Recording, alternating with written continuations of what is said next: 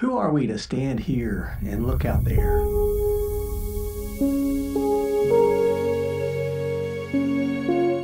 What's out there?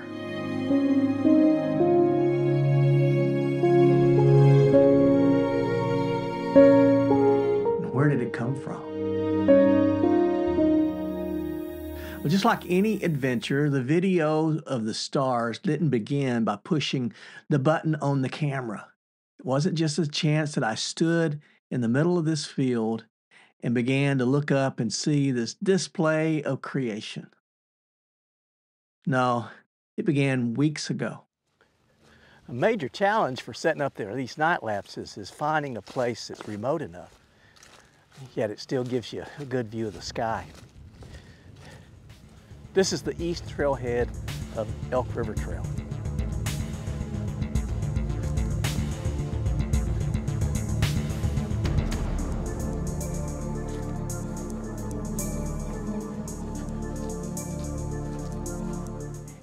There's an open field here.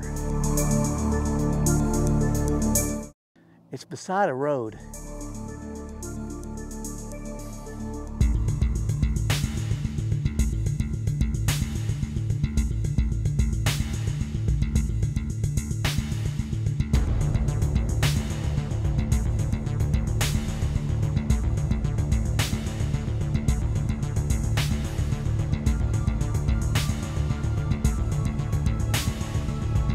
But at night, this is so remote that there's seldom any traffic on that road.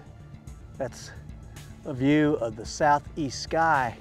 Milky Way in March through August would be coming right up from there, and it would streak right across the sky, going from the southeast to the northwest.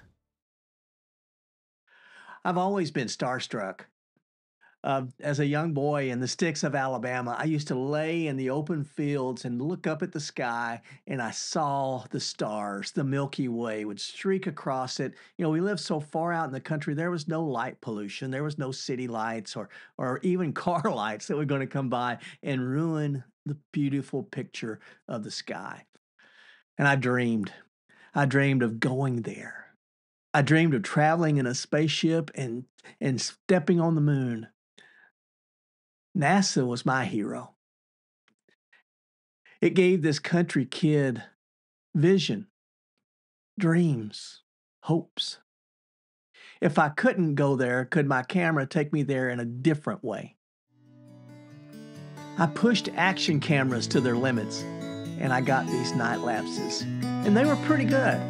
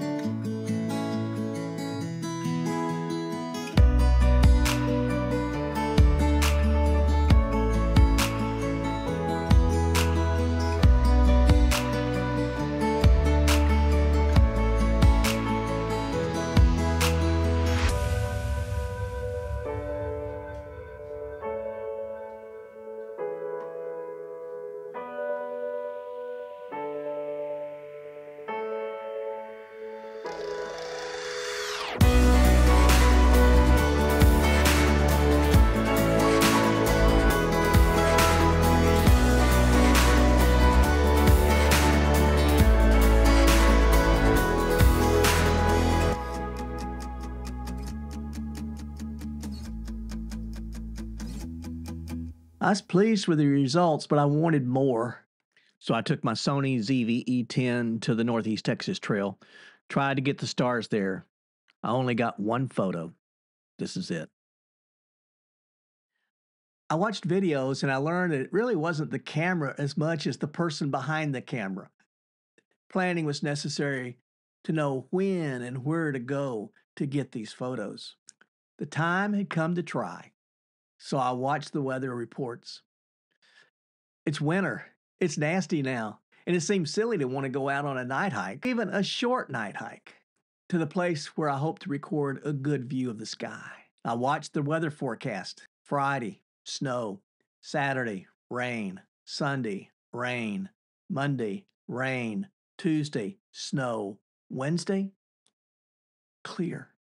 Wednesday was going to be a clear night. The wind was now set.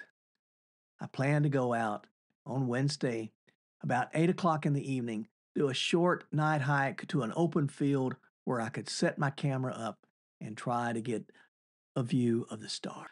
My biggest hurdle is the how. How would I be able to get this video? I got a new camera, this a6700 by Sony. I have a Sigma 16mm lens that has a wide enough aperture to be able to pull in the night sky. But the problem is me. Do I know enough to make this happen? I watched YouTube some night lapses for beginners by the Film Alliance. I watched more videos by Mallory Davis. And I watched more videos by the Outdoor Photography School. I'll leave a link for each of these in the description here.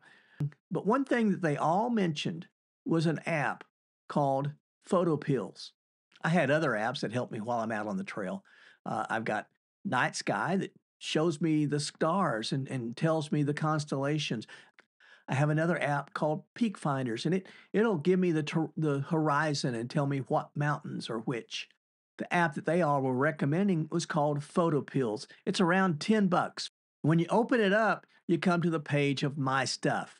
And that's where you can say plans and points of interest, your settings.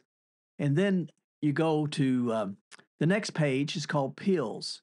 And Pills is where you build your plans.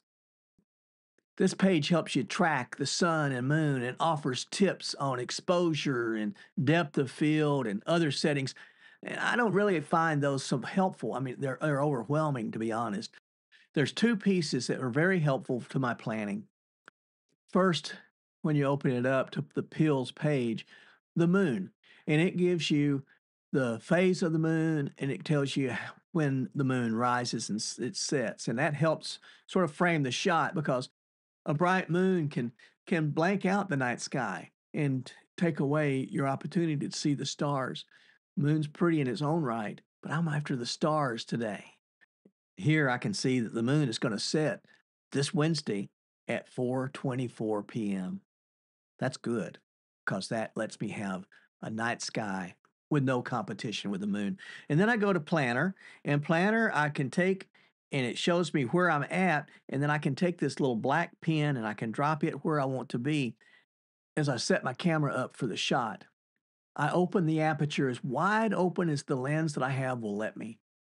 My lens that I'll be using for this experiment is a Sigma 16mm wide-angle lens, and it has an f-stop of 1.4, so it lets a lot of light in.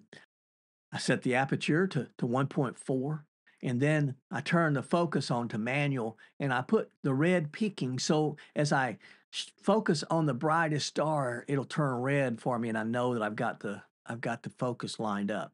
Shutter speed. This is how I learned to find my shutter speed. There's a rule of thumb called the 500 rule, and it's for full frame cameras, and you divide the focal length of the lens that you're using into 500 to get a starting point for your shutter speed. Well, my lens is a 16mm, and if I divide 500 by 16, then I get 31.25, or rounded down to 31 seconds for the shutter speed. Well, my camera is an APS-C cropped sensor, and that rule is a 330 rule. Same thing, if I divide 330 by 16, I get 20.6.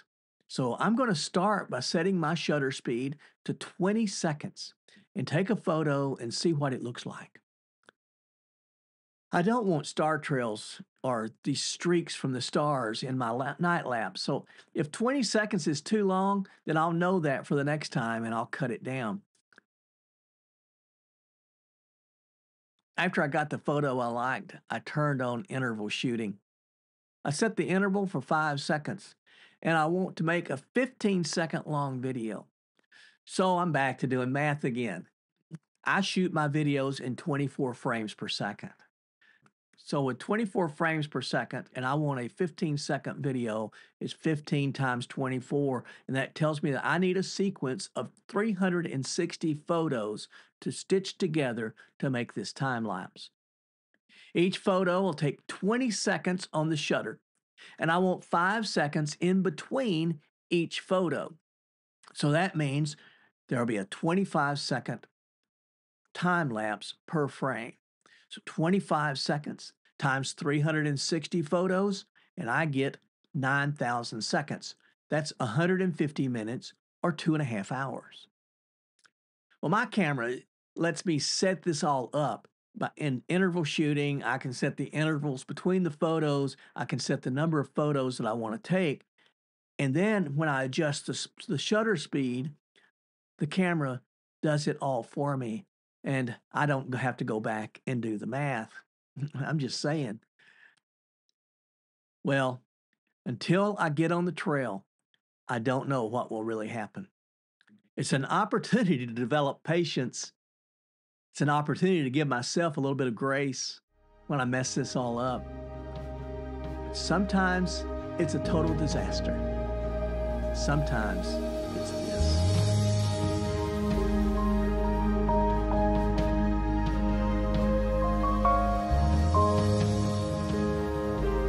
Well, if you've stayed around this long, I appreciate it.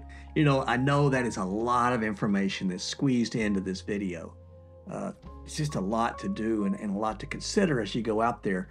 But the reward, I believe, it's just spectacular. If you did enjoy this video, you might want to check this out. This is a video of the gear that I've been using. And then next week, be sure to watch next week, because next Friday, I'll bring you a full night lapse of the stars in the winter skies over Kansas. Until then, stay safe, stay healthy, stay on the path, and God bless you.